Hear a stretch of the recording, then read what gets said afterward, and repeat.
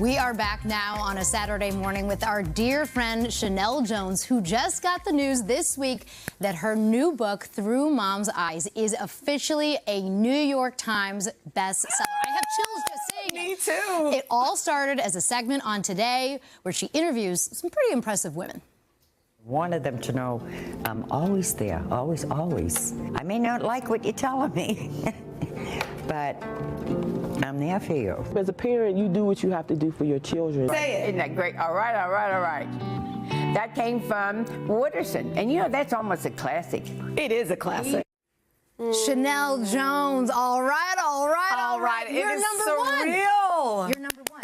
You did It is surreal. I keep saying thank you because I know it's the people at home, it's our viewers, it's all of these women who nurture children, whether you're a mom, a grandmother, an aunt, a teacher, a coach. I just wanted to celebrate this journey that we're all on.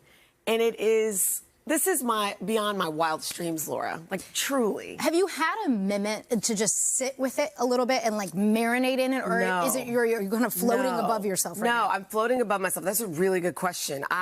So listen, we're all overachievers, and so I thought, I would love to take this on the road and connect with women, and so I'm calling friends. I set up at the Martin Luther King Library in Washington D.C. I went to my hometown in Wichita and Tulsa and Philly, and I have been over the last, I'd say, 13 days, I've been to 10 cities. And I'm still doing the show in the morning, and I'm flying out and then coming back. And trying to raise your own kids. And trying to raise my own kids. They've had a lot of, Chick-fil-A over the last, so many days. But it's been so magical, and people are good people and lovely. And most importantly, we just want to try to get it right. We're just doing the best we can. Yeah, it's one of the themes that comes through, I think, so beautifully in this. One of the other things that surprised me, because when I heard about this project, I kind of thought it would be almost like you just laying out the things that you learned from the moms, and you'd sort of have like transcripts of your interviews with all of these moms that you've talked to. You are revealing way more about yourself in this than I appreciated. How did you decide? What did you want to actually put out for the whole world's consumption? Because as we know very well in this job, sometimes you lay it all bare, and the reaction to it is not what you thought. That's a good question, and I didn't want to, quite frankly. So when I initially pitched this idea, that's what it was. I'm like, I'm a journalist. I just want to share your story.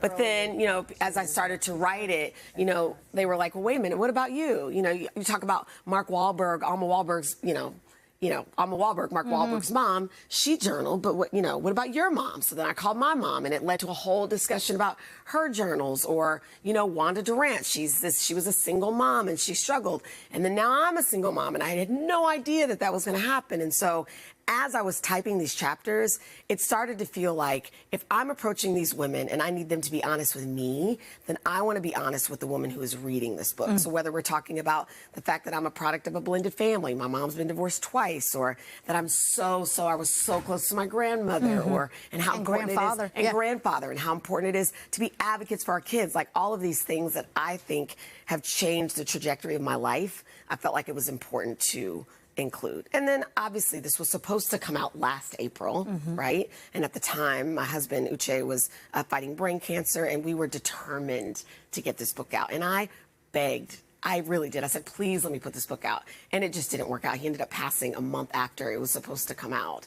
And so then, even though the book was finished, I felt like I can't release a book in the world about motherhood and not be honest with the biggest challenge to my life and to my motherhood that I've ever known, hopefully ever know. So I need to go back and kind of rework the beginning and rework the end and be honest about my experience. And in some ways, the book really is a love letter to Uche. It's a book about moms, and it's a tribute to moms, and it's all about female power. But it is so much, to me, also shows what happens when you have an amazing partner by your side. It's true. And Laura, I didn't see that coming. I talk about in the book, right after his very first brain surgery, we're sitting there in silence. I have my chamomile tea, and he goes, "Where's your laptop?" And I'm like, "What? I don't care about it." And he goes, "No, please, please."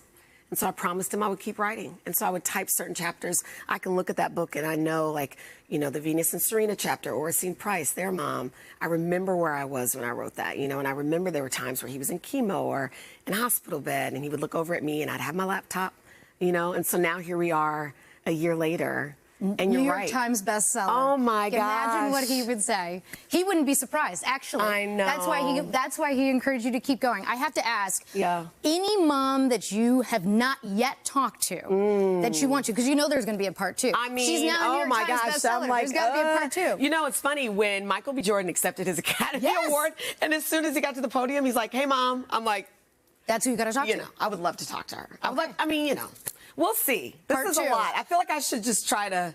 I don't know. Having a book is like having another kid. And I had no idea. It's a lot. I had no idea. Congratulations. Thank you so much. If you're so walking proud of around you. and you see this hot pink book somewhere, buy 7 and give it to women that you love. Thank you, Laura. Because it has sold so many, and we're going to sell some more. Thank you. So proud of you. Thank you. Love you guys.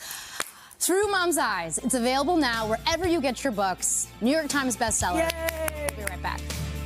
Hey, thanks for watching. And don't forget, you can catch the Today Show every morning on NBC or take Today when you're on the go. Just follow the Today podcast on Apple Podcasts, Spotify, or wherever you listen.